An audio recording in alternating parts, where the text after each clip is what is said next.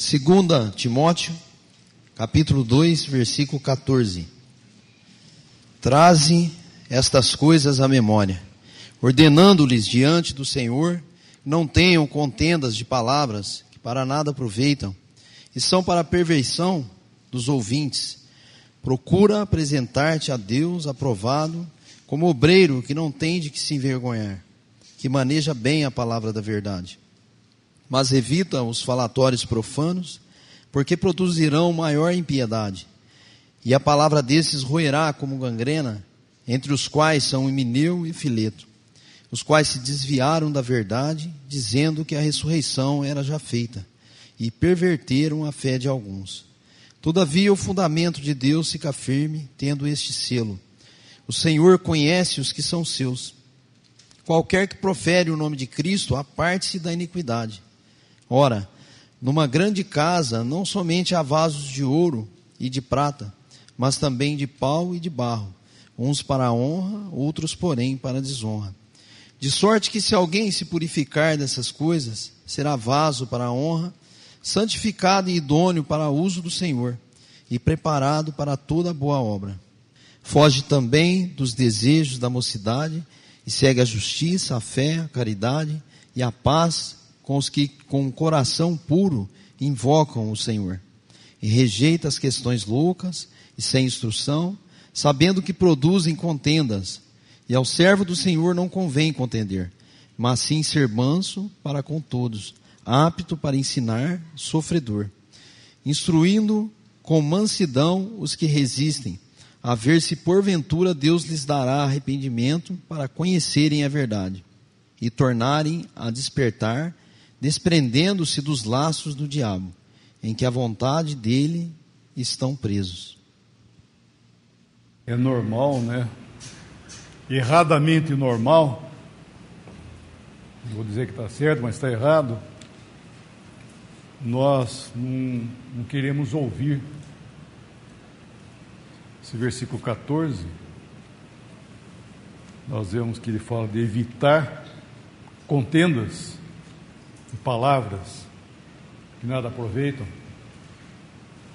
porque são ouvidos que não querem ouvir, porque muitas vezes nós achamos, porque nós sabemos mais, nós achamos que pelo saber a gente pode convencer uma pessoa do erro, mas não é assim, porque a questão é, pessoa, ou seja, quem for, até entre nós, estou falando isso, porque muitas vezes nós também não queremos ouvir, algum irmão me falar, a gente não quer ouvir. A questão é, quer ouvir ou não? Esse é o ponto. Mateus 18, 15, diz assim: se o teu irmão pecar contra ti, vai entre ele e ti só, se ele te ouvir, ganhaste o teu irmão. Se ele não te ouvir, chama contigo uma ou duas testemunhas, para que pela palavra de duas ou três bocas toda a palavra se estabeleça. Se ele ainda recusar em ouvir, daí leva o assunto, chega até na Assembleia o assunto. Qual que é o problema? Será que ali ele está falando em Mateus 18, está falando que eu tiver um caso com um irmão, com uma irmã, seja quem for, eu vou pegar esse caso, vou levar lá para a Assembleia, porque está escrito lá, se o teu irmão pecar, né, vai entre ti e ele só. Então, será que eu, vindo de um problema, tenho que já reportar isso à Assembleia? Não é isso que ele está falando lá. O problema lá é o seguinte, que a pessoa não quer ouvir. Esse é o problema. Ali não se fala o que é, e sim o que está acontecendo. Ele não quer ouvir. Então, aqui nesse versículo 14, e fala mais para baixo também, né, que o servo de Deus deve não estar em contenda, versículo 25, 26, porque a questão é isso, né? Não é questão de razão, não é questão de saber, não é questão de quem está certo ou quem está errado, a questão é se está ouvindo ou não ouvindo, esse é o ponto. Apocalipse capítulo 2 e 3, quando fala das 7 igrejas, ele sempre diz assim no final: quem tem ouvidos para ouvir, ouça. Não é quem tem boca para falar, fale. Quem tem ouvidos para ouvir, ouça o que o Espírito diz.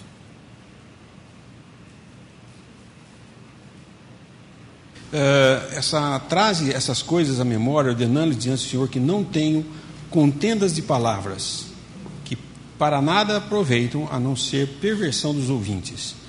E no versículo 16, evita os falatórios profanos, porque produzirão maior impiedade. Aqui existia já um grupo de pessoas que, pior do que em 1 Coríntios 15, onde ele trata da má doutrina que havia entre os coríntios, de que não existia ressurreição, o homem não ia ressuscitar. E ele traz à memória deles, desde o Evangelho, que Jesus morreu, ressuscitou, e depois ele começa a falar de ressurreição, que o homem ressuscita sim, porque se o homem não ressuscita, Cristo não ressuscitou. E se Cristo não ressuscitou, nós somos as piores das pessoas, as mais desgraçadas das pessoas no mundo, porque cremos numa coisa que não vai acontecer. Aqui, já mais adiante, porque 2 Timóteo é mais tarde do que a carta de Coríntios, a doutrina inverteu a má doutrina. Não está negando a existência da ressurreição, está falando que ela já aconteceu. E esses homens, com as suas doutrinas, tentavam trazer na Assembleia discussões e contendas de palavras para poder expor isso que eles estavam querendo expor. E é interessante porque isso aí é Satanás que tem esse modo de atuação entre os irmãos, trazer contendas. A partir do momento em que eu coloco irmão contra irmão, há ofensa de um lado e de outro, aquele que se sente ofendido, se sente magoado, aquele que ofendeu, às vezes nem percebeu que ofendeu, mas também mantém sua posição dura, mas isso aí são ofensas pessoais, mas ele quer por isso. Porém aqui, má doutrina, que é uma coisa pior ainda, eles estão tentando perverter os ouvintes. Nós temos uma experiência disso, os irmãos mais velhos, que quando nós começamos nesse caminho de fé, que nós cremos, foi pregado o Evangelho e nós cremos, e nós começamos a ter alguma luz a respeito disso. Nessa época nós não estávamos nem sequer reunidos ao nome do Senhor. Nós éramos um grupo de jovens que estava despertando para a verdade. E logicamente surgiu no meio de nós, aliás era o primeiro que tinha começado tudo isso, por assim dizer.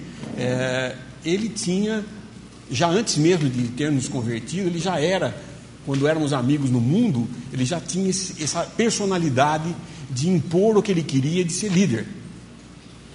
E ele, que no começo começamos a reunir, ia na casa dele, reunia na casa dele tudo, para ler as escrituras, tudo, ele surgiu, ele e uma turma de amigos, assim, que eles sempre fazem grupos, né, de seguidores, com uma doutrina que veladamente dizia que, só vou explicar o que é a doutrina, eu não quero perverter ninguém com a doutrina, mas essas doutrinas existem por aí, mas para entender o que eu estou dizendo, a doutrina era a seguinte: não está escrito, já não sou mais eu que vivo, mas Cristo vive em mim, e a vida que agora eu vivo é em Cristo, então eu já morri, e agora quem existe aqui é Cristo, por isso eu não peco mais, porque eu já sou Cristo. E isso, ele começava a falar entre nós, e ele pervertia, ele ia nos mais jovens, as meninas que vinham na reunião, ele ficava falando, você tem que viver no poder de Cristo agora, você já morreu, você não existe mais, é só Cristo, tudo é Cristo, era Cristo, Cristo, Cristo. Até que chegou um ponto que a coisa estava tão fora de controle, que eles começavam a bater uns nos outros e não podiam sentir dor. Olha a loucura que chegava a coisa. Até que um ponto que não começamos a falar, peraí, você não pode continuar falando isso não tem base, não está escrito na Escritura, você não quer receber essa luz que eu tive, não sei o quê. Até que chegou um ponto em que alguns irmãos reuniu com ele, numa sala fechada, eram 4 irmãos, acho que estavam ali, e começamos a questionar a respeito dessa doutrina, em que ele não era claro a respeito dela, e começamos a questionar, a trazer à tona essa doutrina, até que chegou num ponto crítico, em que foi feita uma pergunta que era a chave. Essa pergunta eliminava toda a questão. Ele e a esposa dele afirmavam a mesma coisa, que já não era mais Cristo. Já não era mais eles, era Cristo. A ponto de sentarem para jogar xadrez um com o outro, era Cristo jogando com Cristo. É blasfêmia isso aí. Mas chegou num ponto perguntando, espera um pouco. Então, se você já não é mais você, é Cristo, e sua esposa não é mais ela, é Cristo, a união de vocês dois nasceu o quê? Um Cristo ou um homem pecador? Aí ele falou, não, mas eu não estou afirmando que a ressurreição já chegou. Ele se entregou. Ele estava afirmando exatamente isso, que já estou ressuscitado com Cristo. É Cristo aqui, na presença de vocês falando. Vocês têm que me obedecer agora, porque é Cristo que está falando. Então foi pedido que ele ficasse em silêncio, não falasse mais sobre a doutrina. Ele, me recordo, ele saiu batendo o pé lá, limpou, né, o pó dos pés e não voltou mais. Mas a característica era esse. Ele ficava fazendo grupinhos e falando da doutrina. Você tem que receber isso, tem que aceitar isso. E pervertia todos. E ficou com uma confusão. Ninguém sabia se aceitava ou se não aceitava. Até que chegou um ponto e falou, espera aí. Para de discutir isso aí. Nós não vamos mais discutir se é Cristo ou se não é Cristo. É a palavra de Deus. E se você não concorda, fica em silêncio. Ele foi embora. Então, isso aqui, Himeneu e Fileto aqui falando que já havia chegado a ressurreição, era pervertendo, e eles traziam discussões, procuravam contender na palavra a respeito disso. Por quê? Numa dessa, os que estão ouvindo ficam escutando e ficam enchendo a cabeça de um monte de coisa que não tem fundamento. E Paulo, então, instruindo a Timóteo a respeito disso, o jovem Timóteo, instrui hoje a nós também. Não vamos ficar perdendo tempo discutindo doutrinas falsas. Não vamos ficar perdendo o nosso tempo, eu digo perder o tempo, é nos contaminando com coisas que não nos levam a nada. Antes, busquemos trazer entre nós a separação do mal. Se existe má doutrina, me separo dela. Se existe vasos de desonra, não devo andar com eles. É separação, o que a palavra de Deus ensina aqui, que é o que nós vamos ver nesse trecho aqui. Ele fala, evita os falatórios profanos, porque a palavra desses roerá como gangrena. Versículo 18, os quais se desviaram da verdade, dizendo que a ressurreição era já feita, e perverteram a fé de alguns, através do que eles ficavam falando e discutindo. Nesse sentido, se chegou nesse ponto, o que eu devo fazer? A quem eu devo seguir? A quem devo ouvir? O firme fundamento de Deus permanece tendo este selo. O Senhor conhece os que são seus.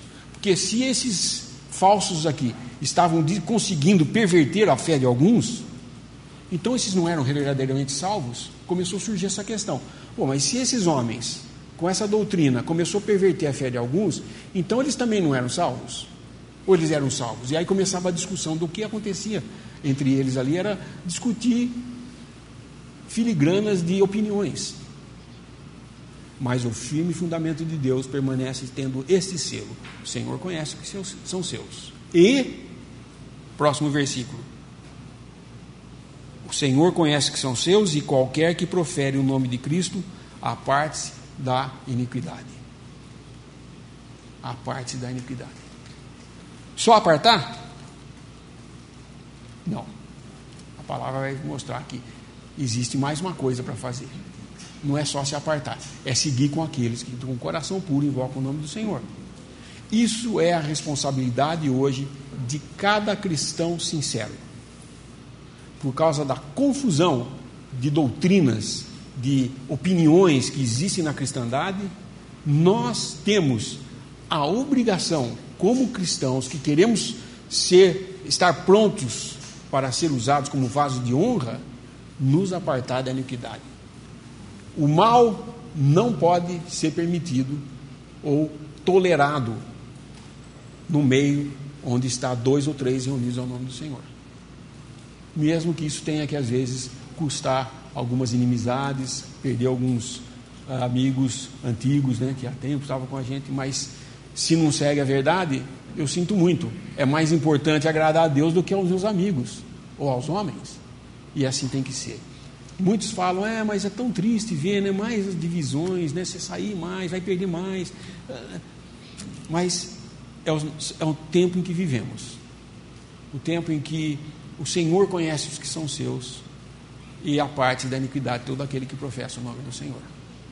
Existe a fidelidade de Deus, Deus é fiel, o fundamento de Deus permanece com esse selo, e existe a responsabilidade. Aqueles que professam o nome de Cristo, a parte da iniquidade. E nós professamos. Como cristãos, nós temos a responsabilidade de dar um testemunho aqui na terra que não vá atingir a pessoa do Senhor Jesus. É nossa responsabilidade guardarmos a sã doutrina e não nos contaminarmos com o mal, para que possamos ser um testemunho de Deus aqui na terra.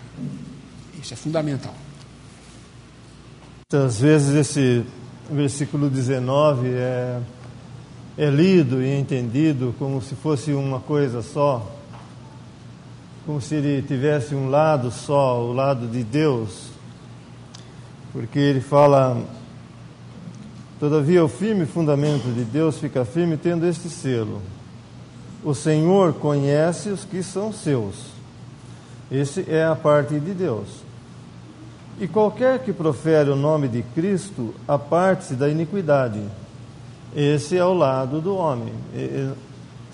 Esse versículo que contém essas duas coisas, né, não são as duas coisas da parte de Deus. Uma é a parte de Deus e a outra é a parte dos homens. E costuma-se colocar esse versículo, que é de uma profissão cristã, colocar isso dentro da igreja para julgamento dentro da igreja, como se estivesse escrito: o Senhor conhece os que são seus, então não importa como eles se comportem, como eles andem, esses que são do Senhor, e portanto eles não podem ser julgados na igreja, porque só o Senhor conhece os que são seus. E isso é um erro muito grande. Divisões do século retrasado passaram por essa experiência, né?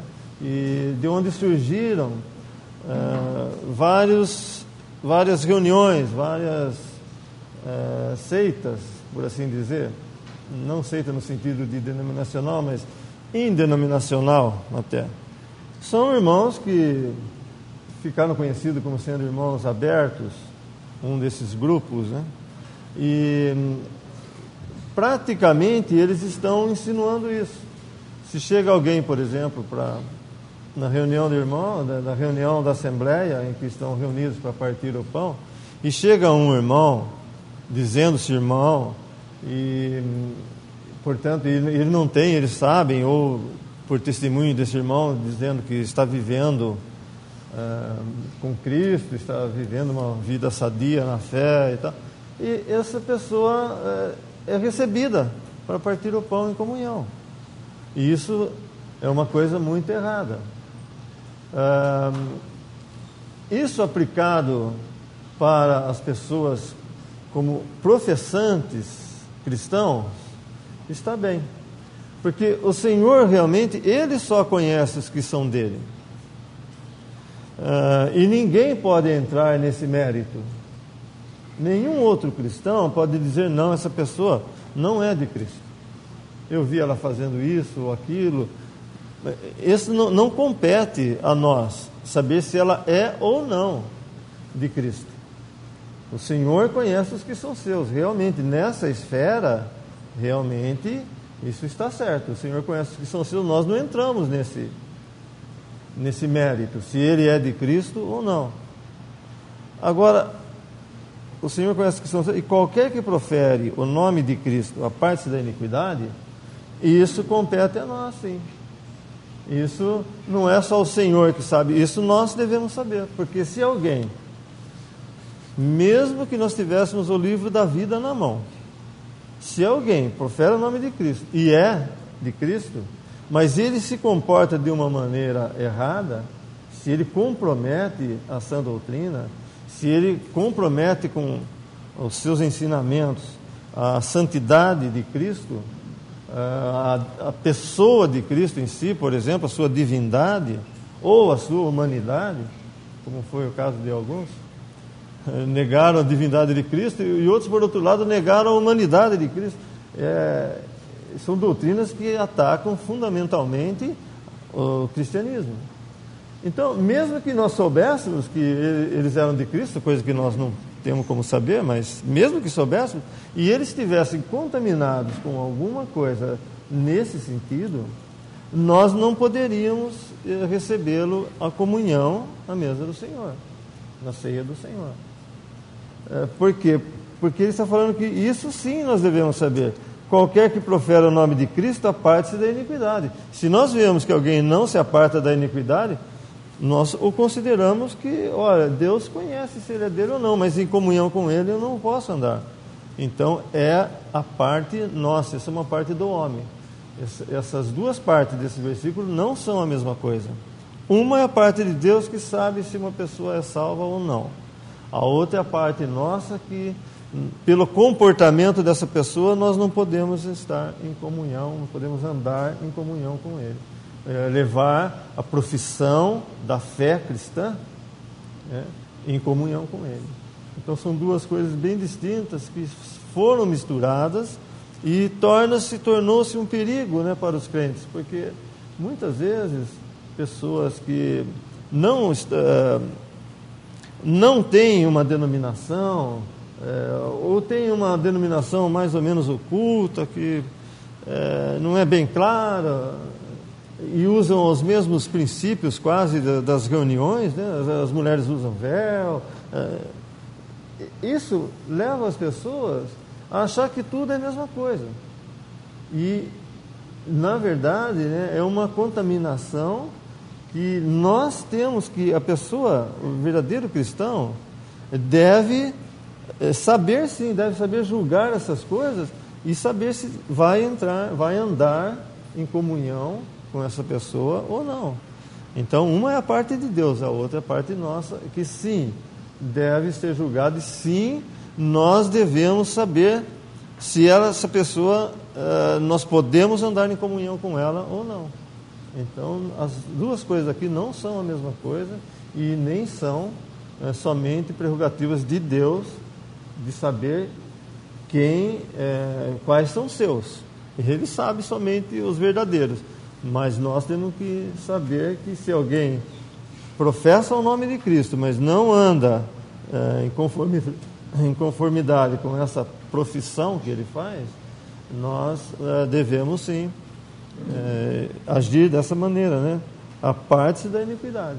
Se ele não se aparta da iniquidade, se ele anda, se ele vive em pecado, como eu vou viver em comunhão com ele? Então essa é a parte nossa sim que devemos julgar. Coisa que muitas vezes é usado nesse sentido. Nós não podemos julgar os irmãos como se fosse, como nós aprendemos no reino dos céus, que cresce tudo junto, o joio, o trigo, tudo junto, e nós não podemos separar um do outro. Ali é o reino dos céus, e aqui nós estamos falando da igreja, nós estamos falando da assembleia reunida ao nome do Senhor, e que tem sim essa responsabilidade e esse dever de julgar e de saber quem deve estar dentro e quem deve estar fora. E mais, tem que saber com quem andar. Nós temos que saber com quem nós vamos andar para levar esse testemunho de Cristo. Não é tudo a mesma coisa. Mesmo que saibamos que ele é um salvo, se pudéssemos saber, coisa que ninguém pode, mas mesmo que saibamos, nós não podemos andar com alguém que possivelmente seja um salvo, mas que está andando em iniquidade, andando em pecado. Então, essa segunda epístola, ela é caracterizada por isso, principalmente esse segundo capítulo, de apartar-se. É uma questão de apartar-se, coisa que é tão estranha, porque a vontade de Deus é união, a vontade de Deus é unidade. Deus fez tudo o que fez, a obra de Cristo e tudo, para ter um só corpo, e isso fala de unidade, mas nós temos esse grande problema, de ter que, nesse tempo de ruína, fazer uma separação daquilo que é precioso, daquilo que é vil. E isso é responsabilidade do homem. E, aliás, é por isso que nós estamos nessa condição tão miserável, sabe, que se encontra a igreja hoje. Por quê? Porque foi posta sob a responsabilidade do homem, e o homem, como sabemos, tudo que é posto nas suas mãos, ainda que em perfeição, ele consegue deixar escapar tudo isso e deteriorar isso. Mas, pela graça de Deus, né, estamos congregados ao nome de Cristo e devemos sim saber com quem andar e apartar-se com daquele, né, que anda em pecado, da iniquidade em si. Relacionado ao versículo 20. Porque eu estava pensando uma coisa no que o irmão está dizendo. Uma pessoa, ela pode se comportar como um vaso de ouro e de prata. Então, o que eu tenho que fazer para estar em comunhão e seguir com esses, no versículo 22, segue com os que? Eu tenho que me comportar de uma tal maneira que aqueles que estão julgando verifiquem que eu estou andando da maneira como se eu fosse um vaso utilizado para a honra do Senhor. Então, como o julgamento é feito sobre aquilo que nós vemos, ou aquilo que é apresentado, uma pessoa pode, num caso extremo e até no nosso momento de fraqueza, ou por algum outro motivo, uma pessoa pode ser recebida sem verdadeiramente ser um vaso, nesse caso de utilizar um vaso de prata ou de ouro. Então é o inverso também. Se nós estamos julgando aqueles que proferem o nome de Cristo, eles estão se apartando da iniquidade, significa que nós podemos fazer um julgamento errado. Mas o versículo também, ele fala assim, o Senhor conhece os que são seus. Então aí que está a parte de Deus também. Não é nosso papel conhecer aqueles que verdadeiramente creem no Senhor Jesus, mas sim essa responsabilidade de aquele que profere o nome de Cristo aparte-se da iniquidade, como o irmão já disse, já mencionou, ele pode não ser um verdadeiro. E aqui, eu estou dizendo isso porque o julgamento nosso não vai ser, repito, não vai ser se o vaso é de ouro, de prata, de pau e de barro. Por quê? O de pau e de barro, ele nunca entraria, vou dizer assim, lá no Santo dos Santos, no templo. Mas o de ouro e de prata, sim. O de ouro especificamente.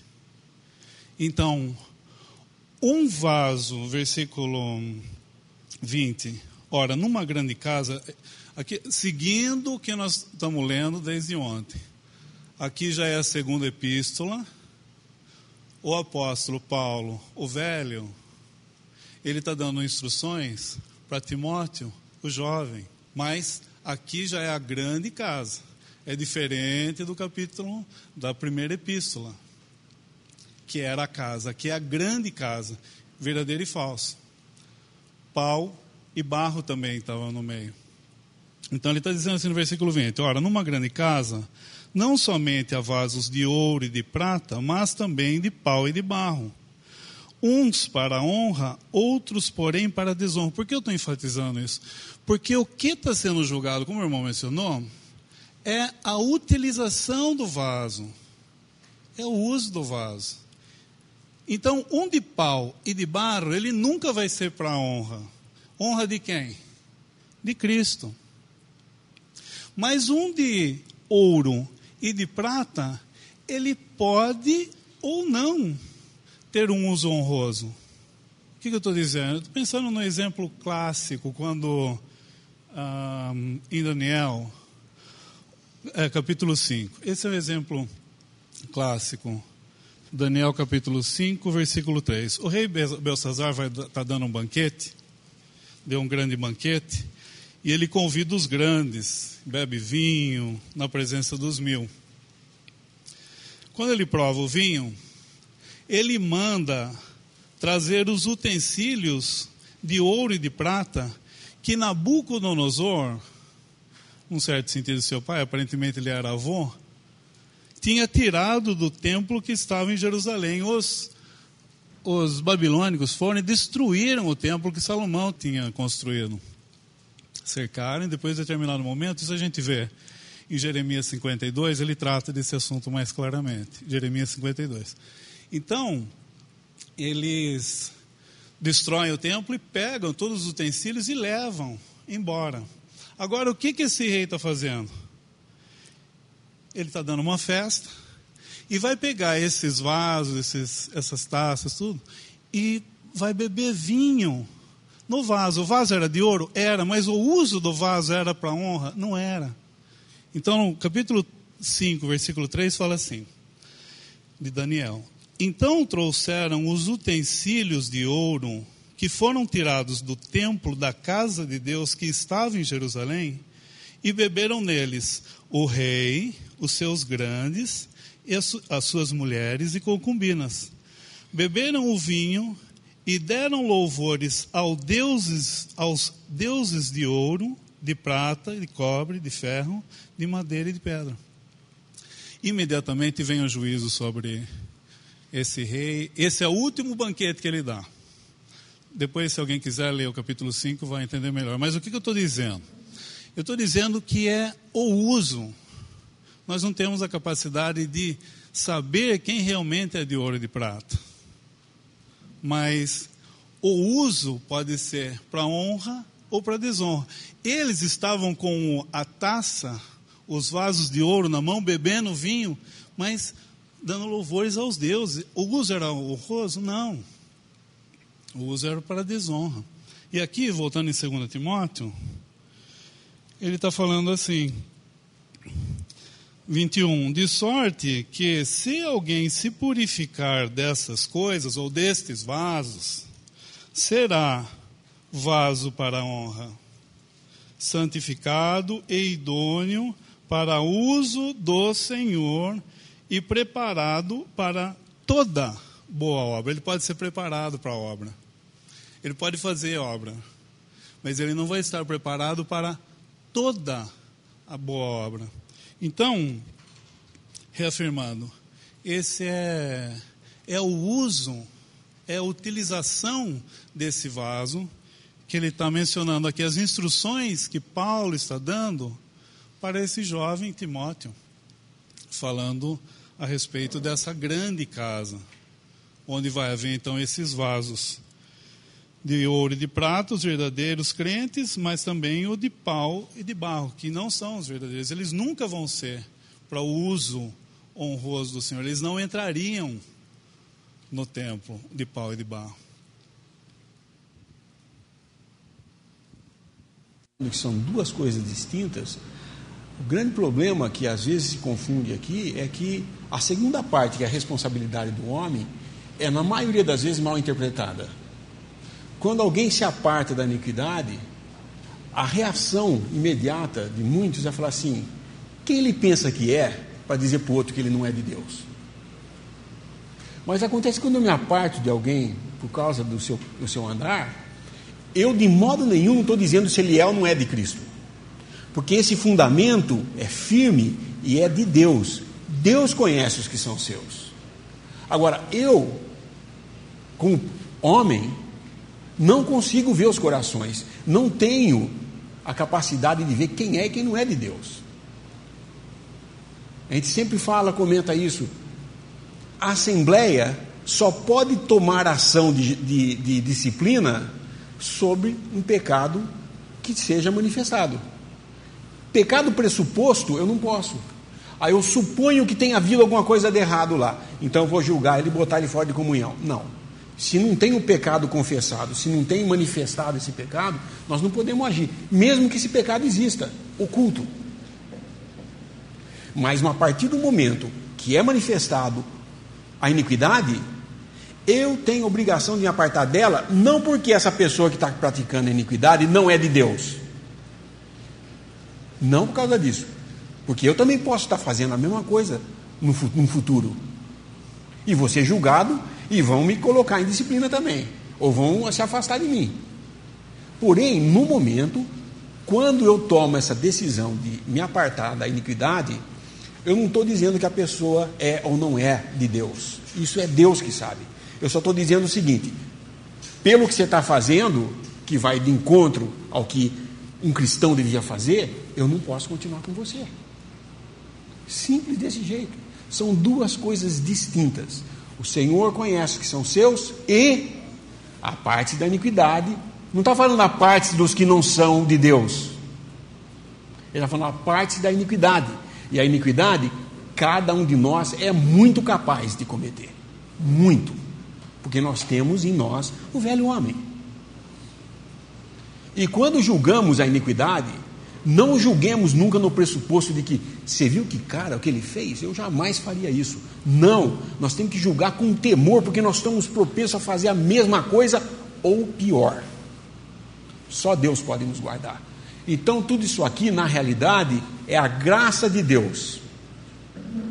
É a graça de Deus que pode nos cuidar de cada um de nós, revelar os corações de cada um, e no seu exato momento a ação tomada traz paz.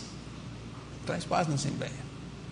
E aqueles que não se sentem em paz é porque já fez partido com o que pratica iniquidade. Provavelmente é um seguidor do iníquo, tão iníquo quanto ele. Então, esse assunto às vezes traz um certo desconforto a gente falar, porque nós estamos falando de irmãos, nós não estamos falando assim de se apartar da iniquidade dos incrédulos, dos infiéis. Aí nós temos que sair do mundo. Nós temos que sair do mundo. Se eu tenho que me apartar de toda a iniquidade dos homens infiéis que não creem em Cristo, eu não podia fazer mais nada. O meu patrão tinha que ser crente, minha família tinha que ser toda de crente, onde eu trabalho, onde eu estudo, tudo. E não é assim. Mas se você professa ser cristão e está andando em iniquidade, eu tenho que me afastar. Por causa de quem? Porque eu sou melhor? Porque ele é pior? Não. Por causa da santidade de Deus. Se ele está professando ser cristão, eu não posso andar com ele para não comprometer a verdade. Não é para não me comprometer, para não comprometer a verdade. E assim fica fácil, né, da gente entender o porquê da necessidade da separação do mal. Porque Deus é santo, não porque nós somos santos. Muito pelo contrário. Mas é porque Deus é santo. E o fundamento de Deus permanece tendo esse selo. O Senhor conhece os que são seus. E Ele nunca vai falhar conosco, com aqueles que são seus. Fugir dos desejos da mocidade eu estava pensando, não são desejos que só os moços têm, mocidade. Os desejos da mocidade existem nos velhos também, ou nos mais velhos. Interessante falar assim, aquele irmão não tem. Não, tem o desejo. Aquela irmã não tem o desejo porque ela já... Não, ela tem o desejo, eles têm o desejo. Fugir é fugir, não é resistir, né? Os irmãos sempre ensinam, isso é tão importante, porque às vezes nós estamos... Às vezes no estado espiritual, e o nosso estado espiritual ele é variável, bom, baixo, alto. E às vezes nós estamos no estado espiritual, não sei, andando um pouco mais em comunhão, dependendo. Nós somos propensos a confiar e naquilo que eu sou capaz, ou devo resistir em determinada situação. Não, eu vou lá, eu sei que é errado, eu sei que pode acontecer, porque acontece com qualquer irmão, mas eu sou capaz de resistir. E a palavra aqui é tão interessante porque ela não fala resistir. Ele fala assim, foge. Foge também dos desejos da mocidade. Não é só os moços, repito, não são só os moços. E segue, agora eu estava pensando assim, no preço, né? Tem muitos querendo seguir, né? Já olhar para o Senhor, falar: Senhor, puxa vida, gostaria, eu quero, me ajuda, tua graça, com que eu seja um vaso de uso honroso para ti. E quero, porque esse desejo, tanto o desejo, o querer, como o efetuar, vem de Deus. Então, nessa graça, nesse ambiente de graça, assim, eu quero, vai haver um preço. Porque depois vem assim: segue a justiça, a fé, a caridade e a paz com os que com um coração puro invocam o nome do Senhor. Isso tem um preço. Porque andar, seguir juntos, pessoas diferentes culturas, níveis sociais, níveis, não sei, tanta diferença que há entre nós aqui. E seguir junto não é fácil, depende de graça também. E vai existir um preço. Posso até chegar assim, um momento que alguns no momento estão passando, é assim de comprar. É a verdade? Quero comprar. Mas depois vem um outro exercício. Qual é? Não há vendas. Então nós estamos passando um momento, mesmo aqueles reunidos ao nome do Senhor, que o ponto importante tem sido também não somente o comprar, mas não vendermos.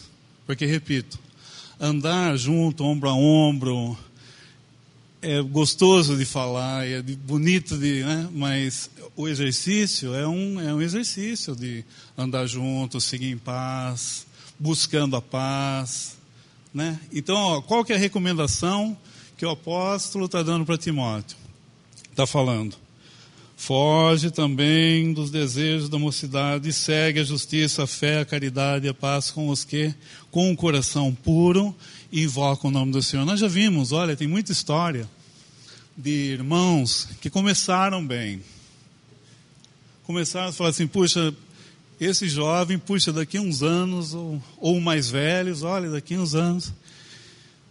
E depois chega o momento da prova. Irmãos e irmãs, aqueles que estão chegando, não que isso seja algo para desanimar, mas para nos alertar que existe o exercício. Então chegaram determinados momentos que hoje já não se encontram esses que prometiam tanto, e não se encontram no meio de nós. E graças a Deus o Senhor tem levantado outros com esse mesmo ímpeto, mas virá a prova. Então, é muito interessante de ler, bonito e tudo, mas nós devemos estar cientes que seguir a paz com os que com o coração puro invocam no nome do Senhor exige graça, exige abrirmos mãos dos nossos direitos e aquilo que a gente pensa está certo e caminhar junto. Então, é uma outra recomendação, aquele não só de fugir, como seguir também, né?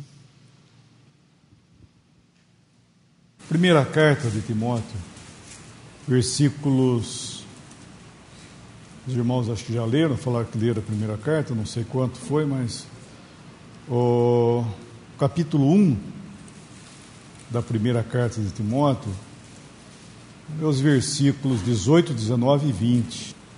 Versículo 18: este mandamento te dou, meu filho Timóteo, que, segundo as profecias que houve acerca de ti, milites por elas boa milícia, conservando a fé e a boa consciência, rejeitando a qual alguns fizeram naufrágio na fé.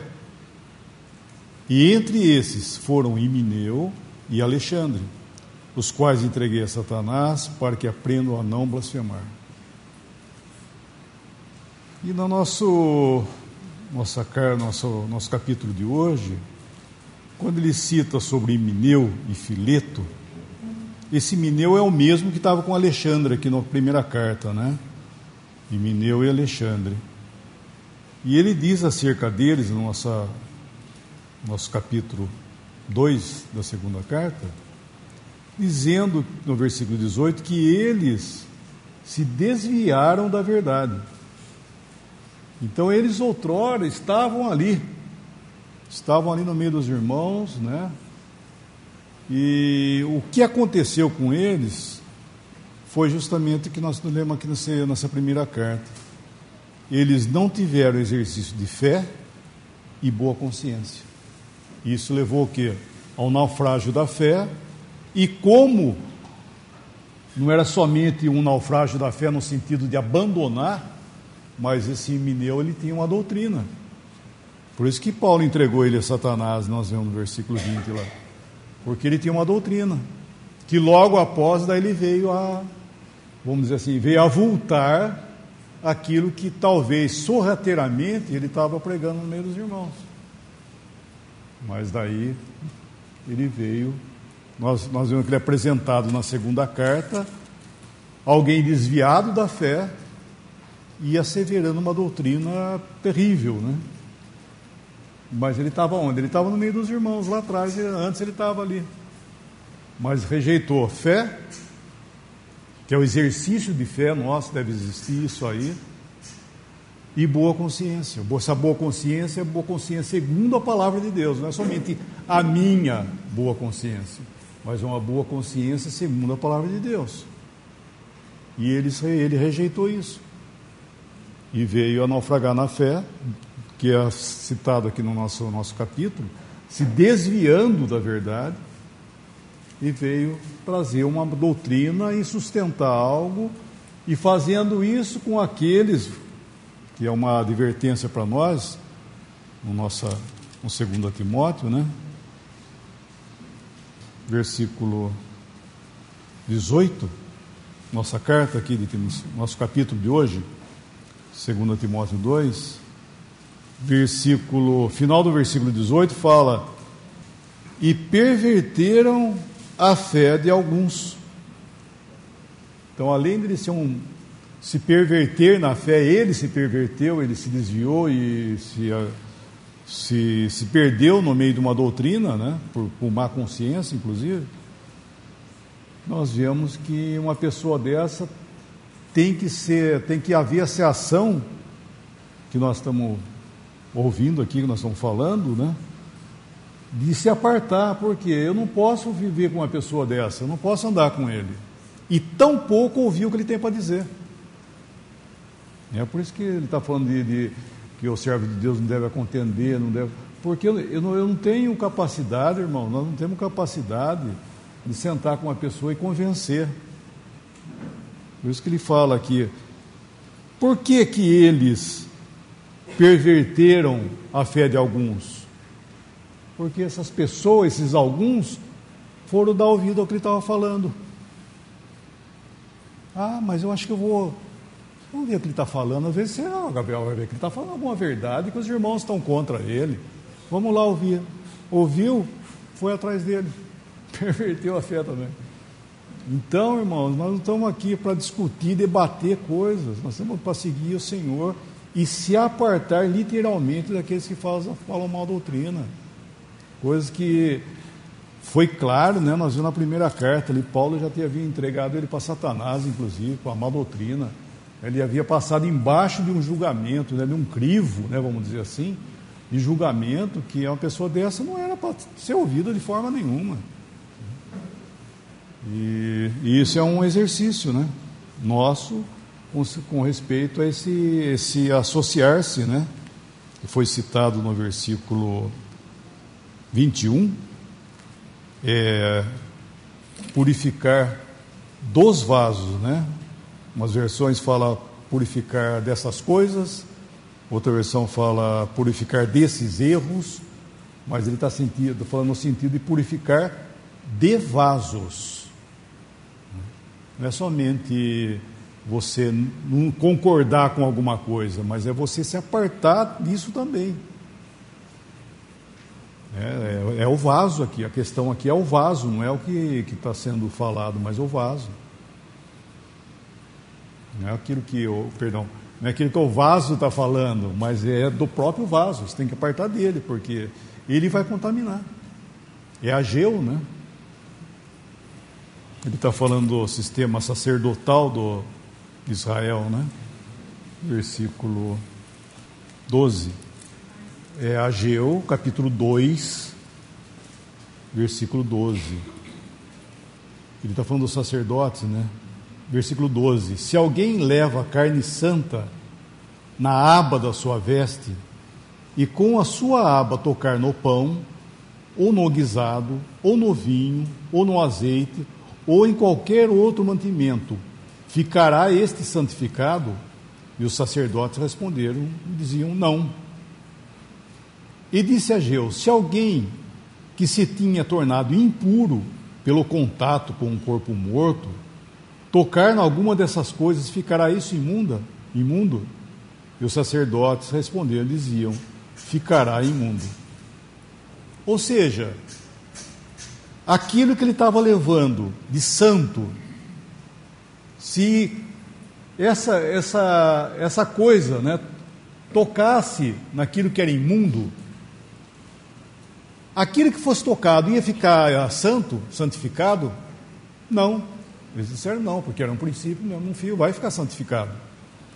Mas, se, versículo, que alguém impuro vier a tocar nessas coisas, ficará imundo? O sacerdote, sim, vai ficar imundo. Ou seja, o princípio de santificação, ele não se passa, mas da imundícia, isso sim, se contamina. E é isso que Paulo está falando lá, dos vasos. O convívio com alguém que a palavra está falando que você deve se apartar, fala, não, mas eu vou porque eu vou passar, eu vou passar uma santidade, eu vou passar para ele. Vai passar? Não vai passar. Agora, ele vai contaminar você? Ele vai. Então, o princípio não é se unir para tentar passar a coisa boa para a coisa má. Por quê? Porque a coisa má que vai passar para você, vai contaminar. Então esse é o princípio de separação. É por isso que Paulo está falando ali dos vasos, né? Porque a contaminação, ela acontece mais cedo ou mais tarde. Então o princípio é precioso, né, para nós entender isso aí. Estava pensando, irmãos, numa passagem, a nossa epístola aqui de Timóteo, no capítulo 1, versículo 3. Paulo, escrevendo, né, Timóteo, ele diz: dou graças a Deus, a quem desde os meus antepassados sirvo, com uma consciência pura, de que sem cessar faço memória de ti nas minhas orações, noite e dia. Paulo, né, orava por Timóteo, né? E eu estava pensando também nesse versículo do nosso capítulo, né, no 25, instruindo com mansidão os que resistem, a ver se porventura Deus lhe dará arrependimento para conhecerem a verdade. Penso muito nos irmãos que estão presos, né? Aliás, acho que o termo mais correto é enlaçados, né, pelo inimigo, nos diversos sistemas religiosos, né?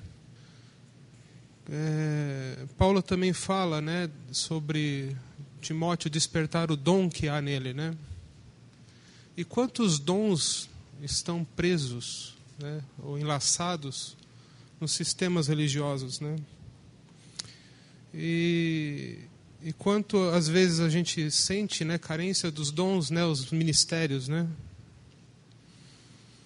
entre nós. E tá pensando o quanto é importante, né, nós orarmos, né, ao Senhor por esses dons, né?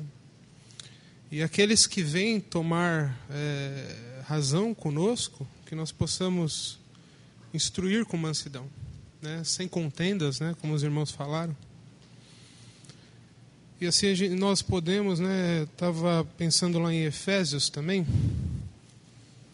Efésios 4, porque o Senhor, Ele já deu toda a providência, né, que a igreja, né, testemunho daqui da igreja, precisa, né? Versículo 11, né? Ele mesmo deu uns para apóstolos, e outros para profetas, e outros para evangelistas, e outros para pastores e doutores, querendo o aperfeiçoamento dos santos para a obra do ministério, para a edificação do corpo de Cristo. Também no versículo 14. Para que não sejamos mais meninos inconstantes, levados em roda por todo o vento de doutrina, pelo engano de homens que com astúcia enganam fraudulosamente. Falando em Emineu e Fileto, né, e Alexandre ali, o que o Senhor já nos deu toda, né, providência, né, com os dons, para que a gente não seja levado, né, como esses que tiveram a fé pervertida, ou até mesmo venderam a verdade, que um dia compraram, né? Então eu penso que nós devemos, né, orar ao Senhor, né, para que possamos obrar, por assim dizer, né, para que o Senhor nos conceda, né, esses dons, né, desprenda. Quantos estão nos bancos aí das denominações, né, pastores, mestres e doutores, simplesmente desperdiçando, né, o dom que Deus, né, deu para eles. Nós temos em 1 Coríntios capítulo 5 uma palavra muito clara sobre isso que temos falado, de apartar-se, e dessa parte que é de Deus e essa parte que é responsabilidade do homem. É muito claro em 1 Coríntios capítulo 5. Podemos ler apenas do versículo 7 em diante. Alimpai-vos, pois, do fermento velho, para que sejais uma nova massa, assim como estáis sem fermento. Porque Cristo, nossa Páscoa, foi sacrificado por nós, pelo que façamos festa, não com o fermento velho, nem com o fermento da maldade e da malícia, mas com os asmos da sinceridade e da verdade. Já em carta vos tenho escrito que não vos associeis com os que se prostituem. Isto não quer dizer absolutamente com os devassos desse mundo, ou com os avarentos, ou com os roubadores, ou com os idólatras, porque então vos seria necessário sair do mundo. Mas agora vos escrevi que não vos associeis com aquele que, dizendo-se irmão, for devasso, ou avarento, ou idólatra, ou maldizente, ou beberrão, ou roubador, com o tal nem ainda comais. Porque que tenho eu em julgar também os que estão de fora? Não julgais vós os que estão dentro, mas Deus julga os que estão de fora. Tirai, pois, de entre vós a esse iníquo. Quando chegou-se a esse estado dessa grande casa, levantou-se essa questão de apartar-se. Portanto, não é uma questão agora de nós nos condoermos, o que nós devemos fazer? Nós devemos ter piedade, então, logicamente, claro. E, como o irmão disse, nós podemos até orar aliás, é o que tem sido feito, né? Muitas assembleias têm orado por esses que têm saído do meio desses enlaces, como o irmão citou. Mas o que nós precisamos entender, e é duro, eu acho a parte mais difícil, é saber que tem que haver essa separação. E tem que ser julgado isso com uma certa seriedade, como sendo uma coisa primordial. Porque o Senhor não está nos dizendo para condoermos deles, o Senhor está dizendo-nos uma primeira coisa: se nós amamos a Ele em verdade, como nós vemos aqui, primeira coisa que nós devemos fazer é separar. Não porque somos melhores ou porque nós estamos julgando-os, mas é porque é a palavra de Deus que está nos dizendo: aparte-se. Esse é o primeiro ato que nós devemos demonstrar de amor aos nossos irmãos, aqueles que professam o nome de Cristo. Porque aqui Paulo está falando muito claramente em 1 Coríntios 5, que trata-se daquele que se diz irmão. Ele não está falando dos de fora, dos iníquos de fora. Isso ele não fala nada. Nós podemos até comer com eles, não há problema. Mas aqueles que professam o nome do Senhor e andam em pecado, ou asseverando coisas, ou estão contaminados pelo meio em que vivem, como nós vemos em Ageu, se contaminaram, não porque eles concordavam com o que aqueles que estavam ensinando falavam, mas porque eles conviviam com eles. É uma contaminação que nós chamamos por associação. Estão associados a algo que está contaminado, e portanto eles estão contaminados juntamente com esse sistema.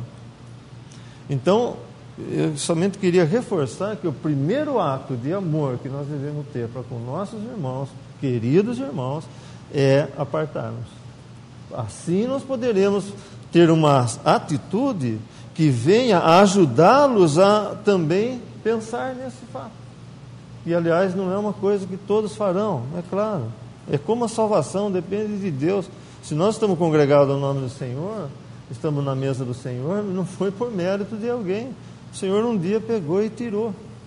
O Espírito Santo, pela palavra de Deus, foi e mostrou: olha, o lugar, onde vamos partir o pão, onde vamos celebrar a Páscoa, como aquele homem do vaso, do cântaro, né? Onde nós vamos, senhores? E se perguntaram: onde nós vamos preparar a Páscoa? Seguia o homem com um cântaro de água. Uma figura do Espírito Santo, né, com a palavra de Deus, levando aqueles que queriam saber aonde eles iam preparar a Páscoa. Esse homem com o cântaro d'água, repito, o Espírito Santo, pela palavra de Deus, guiou-os ao lugar onde Cristo estaria. Não foi nada que alguém descobriu, não. Foi o Espírito Santo, pela palavra de Deus, que trouxe. Assim como nós somos trazidos também para estar congregados ao nome de Cristo somente, livres, né, desse sistema todo que tem desonrado ao nome de Cristo aqui nesse mundo. E, portanto, os que estão associados a esse sistema, eu sinto muito ter que dizer, mas desonram a Cristo com essa atitude de estarem serem participantes de uma divisão, serem participantes de um grupo denominacional ou indenominacional, um grupo que está desonrando a Cristo por não estar no lugar onde Cristo está. Agora, são irmãos? Sim, o Senhor conhece os que são seus. Devo andar com eles? De maneira nenhuma. Aparte-se da injustiça todo aquele que professa o nome de Cristo. E não é julgá-los, nem se são bons irmãos, se são maus irmãos, isso não é o mérito da questão. O que nós devemos entender é que a primeira coisa que nós devemos fazer, por amor a nossos irmãos, é tomar essa atitude de separação. Separar os vasos, e Deus então pode fazer a sua obra neles também. Como já foi falado, esse chamamento é individual. No versículo 19, e qualquer que profere, depois no versículo 21, de sorte que se alguém se purificar, lembrando que o Peixe falou também, o que está escrito em Timóteo, seria um contra todos ou todos contra um. Ou seja, lá em Corinto, o caso era todos contra um. Era a igreja tirar do meio deles aquele indivíduo que não estava se portando bem. E aqui em Timóteo é um contra todos. É aquele que está no meio desses vasos para desonra, e ele é chamado a sair. Não tem que esperar mais 1 ou 2 ou 3 sair. O chamamento é individual. Então, aí nesse caso é um contra todos, não é? E o caso de Corinto é todos contra um, para tirar o iníquo do meio. E aqui para que o santo saia do meio do iníquo. Isso que o Batista falou também, a posição, ela é individual. Então, muitas vezes a gente fala nas reuniões sobre a disciplina da Assembleia, né? A Assembleia, qual é a disciplina da Assembleia? Então, a Assembleia tem que ter a disciplina, aqueles que estão reunidos, né, ao nome do Senhor, estão sujeitos à disciplina da Assembleia. Só que a disciplina da Assembleia, quando que ela tem lugar? A disciplina da Assembleia, ela vai ter lugar, ou seja, o todos contra um vai ser exercitado quando o indivíduo não julgou o seu andar nesse mundo. Tem um versículo em 1 Coríntios, capítulo 11, versículo 31. Porque se nós nos julgássemos a nós mesmos, não seríamos julgados. Mas quando somos julgados, somos repreendidos pelo Senhor, para não sermos condenados com o mundo. Então, o que está dizendo isso? Que a disciplina da Assembleia, ela vai ter lugar quando a disciplina individual não teve o seu lugar. Então, o que acontece? Se eu me julgar, né, como o Batista falou, se alguém, isso é pessoa, se separar, então se eu tomo uma posição de não me julgar, eu vou ser julgado pela Assembleia. A minha vida vai caminhar para uma situação que eu vou ter que ser repreendido pelo Senhor. E aí a Assembleia vai me julgar. Eu vou acabar caindo em pecado e vou ser disciplinado pelo Senhor. Então, muito importante, irmãos, sabermos que começa comigo a coisa. A coisa é individual. E se o individual não funcionar, não tiver a sua participação, então o coletivo vai aparecer. Porque muitas vezes a gente fala muito, né, da disciplina da Assembleia, a Assembleia vai disciplinar e tal, mas nós esquecemos que vai existir a disciplina da Assembleia se não houver a disciplina individual da pessoa. Isso é muito importante. E outra coisa, irmãos, isso tem a ver também com o que o Peixe falou, de que nós somos uma unidade.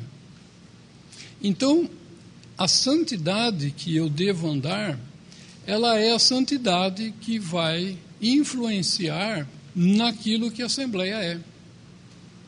Não é? Porque a Assembleia não é a santidade dos irmãos.